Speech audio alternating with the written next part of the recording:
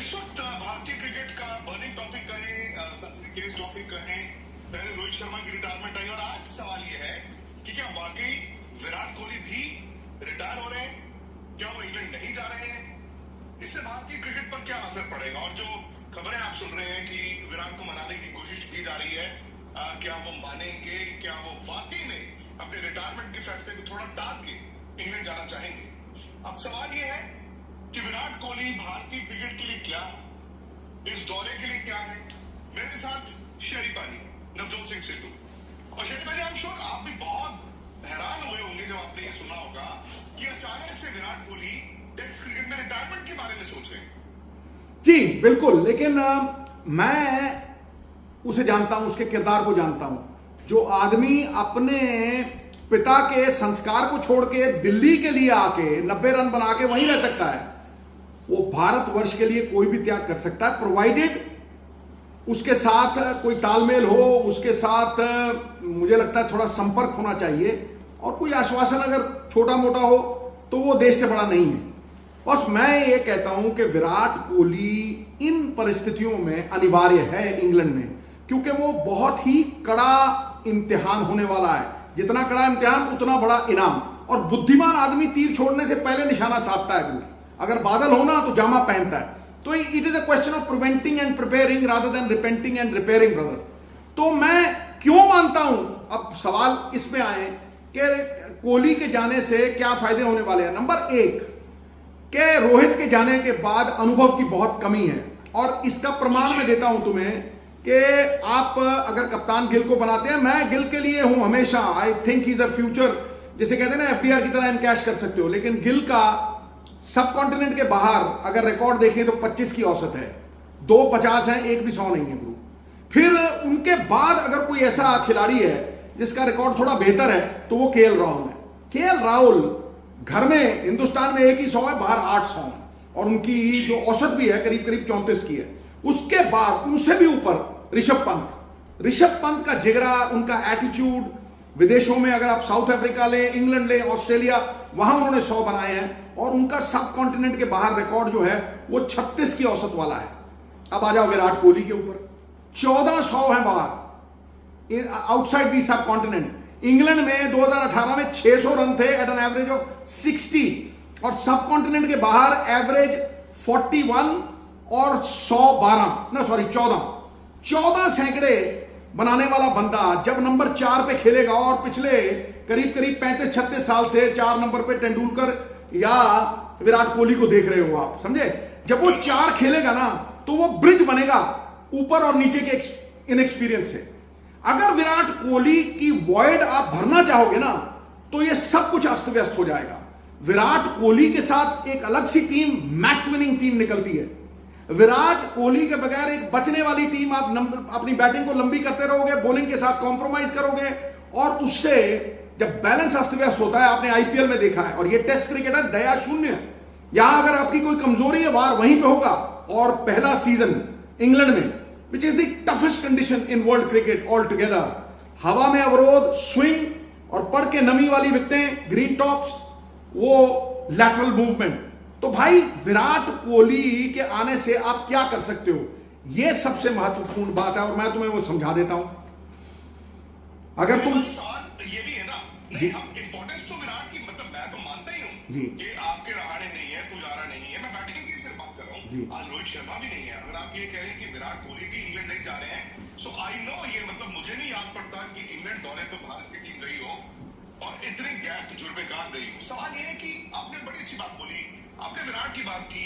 Unfortunate उन्होंने कहा, आपने कहा कि उनके पिताजी की डेथ के बावजूद वो दिल्ली के लिए खेले और वो देश के लिए खेलेंगे। साथ में आपने ये भी कहा कि उनके साथ कम्युनिकेशन होनी चाहिए। क्या आप मानते हैं कि कुछ कम्युनिकेशन गैप है, या फिर आप ये मानते हैं कि इस वक्त वो मोटिवेशन की बात, बिल्कुल 10,000 रनों से 700 कुछ रन पीछे है, और 10,000 रन पाजी एक पैमाना है टेस्ट क्रिकेट में, ग्रेटनेस का, तो कोई क्यों छोड़ना चाहेगा। देखो, मुझे नहीं लगता कि वो माइलस्टोन के लिए खेलता है, मुझे लगता है वो टीम को जिताने के लिए खेलता है। यद्यपि आज भी कोई जिम्मेदार आदमी बोर्ड से और सबकी इज्जत करता है, वो ऐसा नहीं है कि वो उसमें कोई गुरूर है। कोई उनसे कहे कि भैया तुम्हें देश को तुम्हारी जरूरत है और तुम्हें देश के लिए ये करना है, मैं तुम्हें गारंटी देता हूं 200% उसके किरदार में है भाई। वो मतलब कोई लुकी छुपी बात नहीं है। अगर तुम विराट कोहली को खिलाते हो, मैं तुम्हें 11 बनाता हूं, 11 बनाता हूं, तुम देखो उस 11 की ताकत देखो तुम। आप बता रहे हैं अभी पहले टेस्ट मैच की बेस्ट 11। हाँ विराट रिटायरमेंट अनाउंस नहीं करेंगे, बिल्कुल बिल्कुल। और फिर तुम विराट के बिना बना के देखना, सब कुछ हिल जाएगा ब्रो। हर जगह पे एक समझौता करोगे और तुम्हें यही नहीं पता होगा कि एस्टेब्लिश किसको कहां पे करना है, ये यही नहीं समझ आएगी। तो इतना इंपॉर्टेंट है वो ब्रिज नंबर 4 के ऊपर जो खड़ा है। और विराट कोहली के साथ जो मैं 11 बना के दूंगा ना, वो ये नहीं है कि इंग्लैंड में बच के आएगी, वो इंग्लैंड में जीतने की भी क्षमता रखती है। क्योंकि इंग्लैंड में आप अगर उन पे दबाव डालोगे कि वो हरी विकेटें ना दे, क्योंकि आपको स्पिनिंग विकेटें नहीं देने वाले, यहां जैसी विकेटें नहीं, आईपीएल की तरह दूर से खेल दिया आपने ताड़ करके।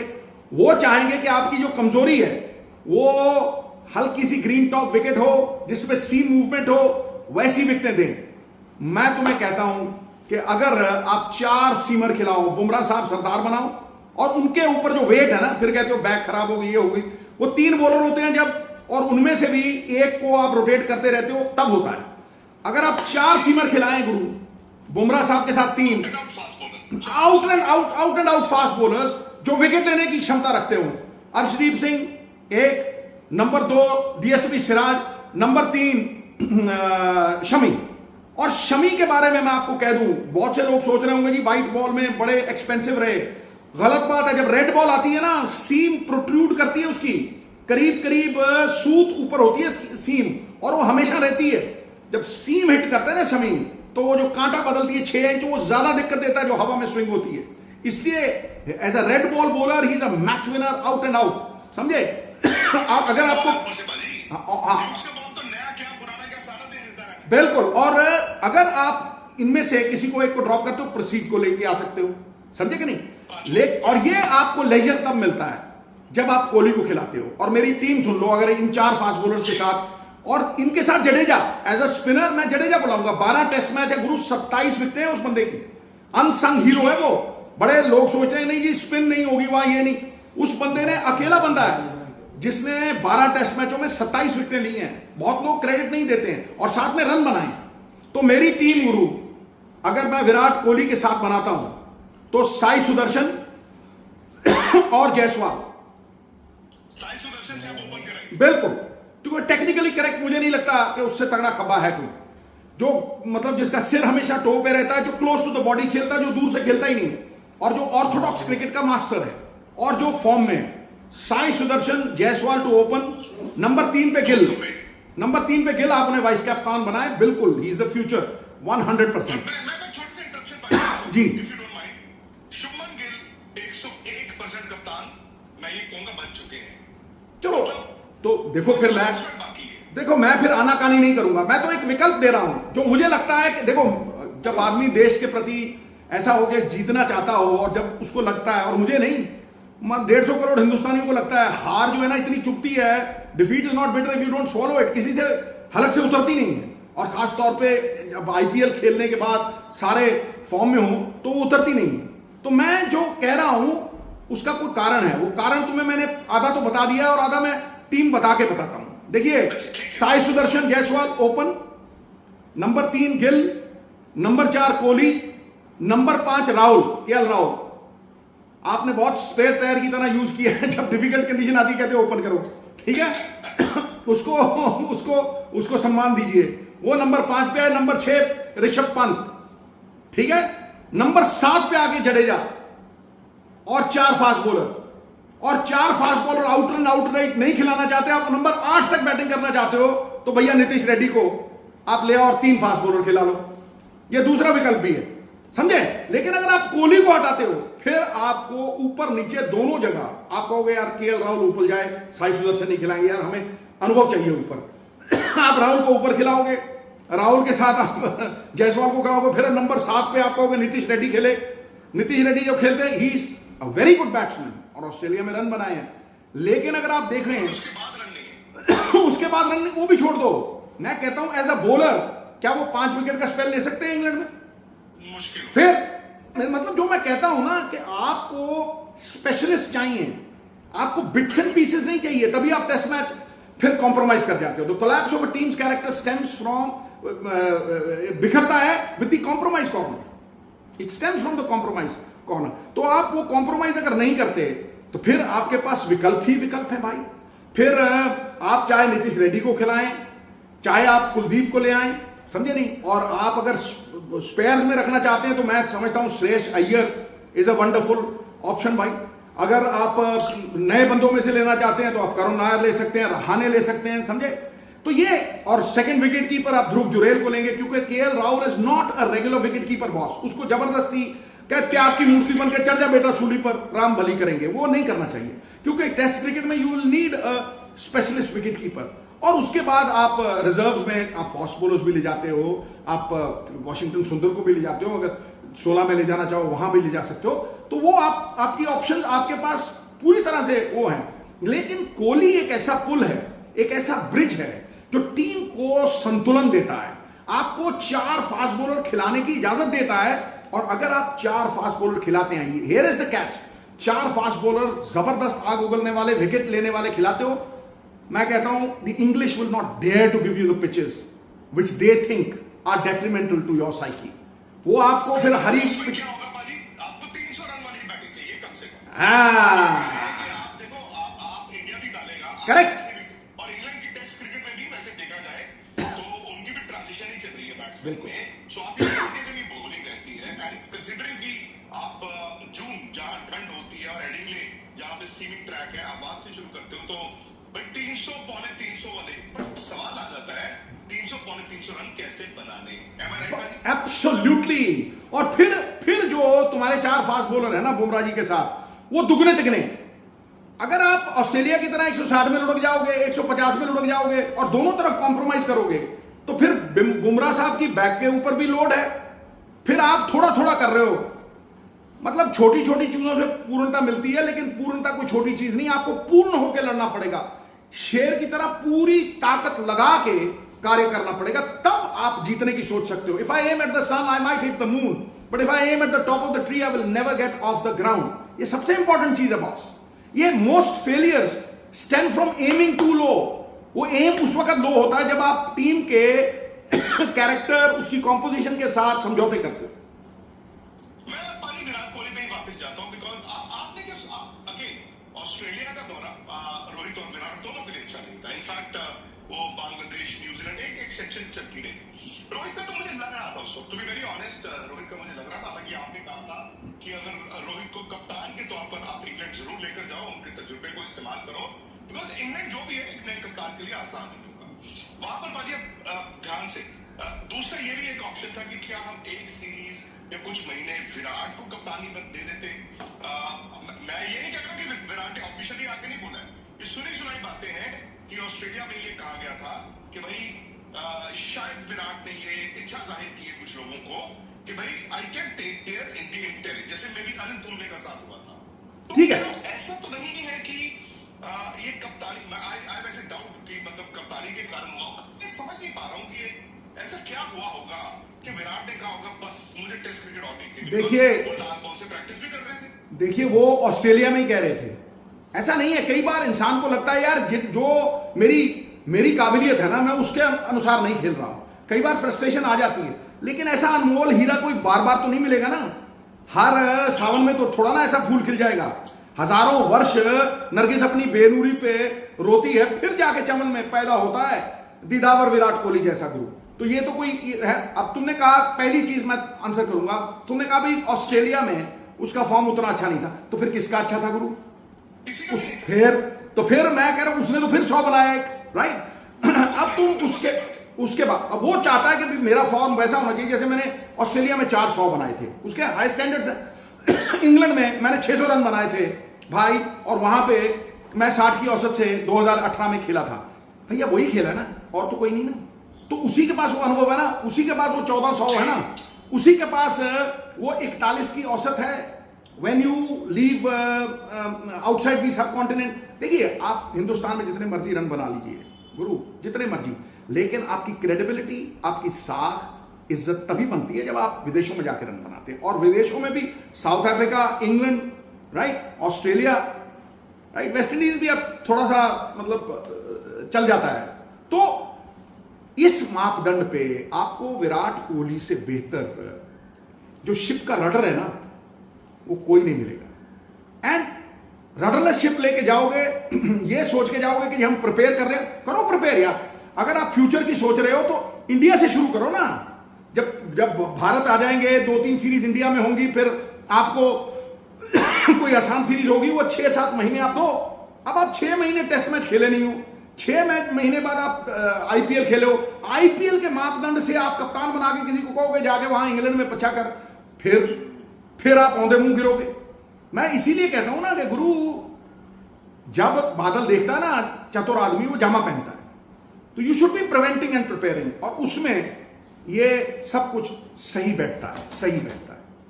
नहीं, अगर आप विराट कोहली को नहीं खिलाते, अब आप विराट कोहली को ना खिलाओ, फिर आप केएल राहुल को कहोगे ओपन करो, फिर आप जडेजा के बाद नीतीश रेड्डी को लाओगे, हो सकता है आप 2 स्पिनर खिलाओगे, समझे नहीं, फिर आप कहोगे कि बुमराह साहब। अच्छा, मैं अब तुम्हारी दूसरी चीज पे आता हूं। मेरा पहला विकल्प कप्तानी का बुमराह साहब है। क्यों? क्योंकि अगर आप 4 फास्ट बॉलर्स के साथ उतरते हो, वहां ठंड है, पहली बात तो गर्मी नहीं है ऑस्ट्रेलिया की तरह कि आप पसीनों पसीनी होते हो, आपको क्रैम्प्स आएंगे, ये होगा वो होगा, नहीं, ठंडी कंडीशंस हैं, बंदे की एनर्जी प्रिजर्व रहती है, ठीक है। फिर आप बुमराह साहब को 3 या 4 ओवर का स्पेल कराएं, दूसरे 3 सहयोगी शेर खड़े हैं, जिस तरह वेस्ट इंडीज में होता था कि भैया रिलेंटलेस प्रेशर है, 2 भी पैक में, 2 भी, वसीम बकार भी, हम तीसरा बंदा देखते थे, यार तीसरा बंदा, यहां 4 फास्ट बॉलर होंगे और चारों एक से बढ़ के एक, और बुमराह उनके लीडर, तो फिर उनकी बैक पे वेट नहीं है, और वो he will lead by example, क्योंकि वो conditions are conducive for fast bowling. हां, अगर आप बुमराह साहब को नहीं देना चाहते कि जी हम उनकी बैक के बारे में वरीड है, then make Virat Kohli as the stop captain, which is the best possible thing. Virat Kohli, उसको रिस्पॉन्सिबिलिटी दीजिए, वो और जबरदस्त तरीके से, और जब वापस आए अपने आप कहेगा यार गिल ले भैया तू ले। और अगर आप पहले भी देखें, भारतीय टीम जितनी रोहित ने बनाई है उतनी विराट ने भी बनाई है। ये फास्ट बॉलर्स का दौर तब आया था जब विराट कोहली कप्तान बने थे, तो वो टीम बिल्डिंग में उसका बड़ा तगड़ा योगदान रहा है, बहुत से लोग भूल जाते हैं, राइट, ठीक है। तो इसलिए मुझे लगता है कि ये सार है कि Virat Kohli at the moment, I am not saying indispensable, क्योंकि सिलेक्टर्स के लिए मान सम्मान रखना बड़ा जरूरी है, the selectors might think some, उनके बीच में कुछ संपर्क हुआ हो। हम भारतवर्ष के हितैषी हैं, हम इंडियन क्रिकेट के हितैषी हैं, और बीसीसीआई बड़े जबरदस्त तरीके से चल रहा है। हम सहयोगी प्रक्रिया में ये कह रहे हैं, और जो कह रहे हैं वो आत्मा को हाजिर नाजिर जान के कह रहे हैं, क्योंकि आत्मा से बड़ा कोई भी न्यायालय नहीं है, और भीतर जो न्यायाधीश है ना, वो परमात्मा का स्वरूप है बॉस। ऑलराइट, थैंक यू एक चीज और, बिकॉज हर क्रिकेटर इस दौर से गुजरता है जी। आई नो 32 पे लगता है कि 8 साल खेल सकता है, फिर 34 पे लगता है 6 साल खेल सकता है, अचानक से 36 के करीब उम्र आते ही ना शायद किसी की फिटनेस, किसी की मोटिवेशन।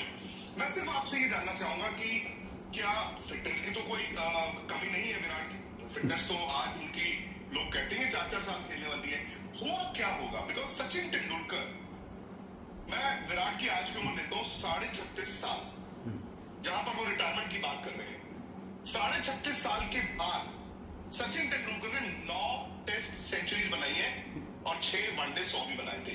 सो मैं ये आपसे कंपैरिजन करें, डिफरेंस करें, ये जानना चाहता हूं कि मतलब what can be the problem right now. मैं उनकी सोच के लिहाज से कुछ भी समझ सकते हैं, आप भी बोल सकते हैं। देखिए, आदमी खाना खाने से तृप्त नहीं होता, आदर मान सम्मान से होता है। संपर्क नहीं रहता, संदेह पैदा होता है। संपर्क रखें, आदर मान सम्मान थोड़ा सा दें, और ये कहें कि भैया देश को तेरी जरूरत है।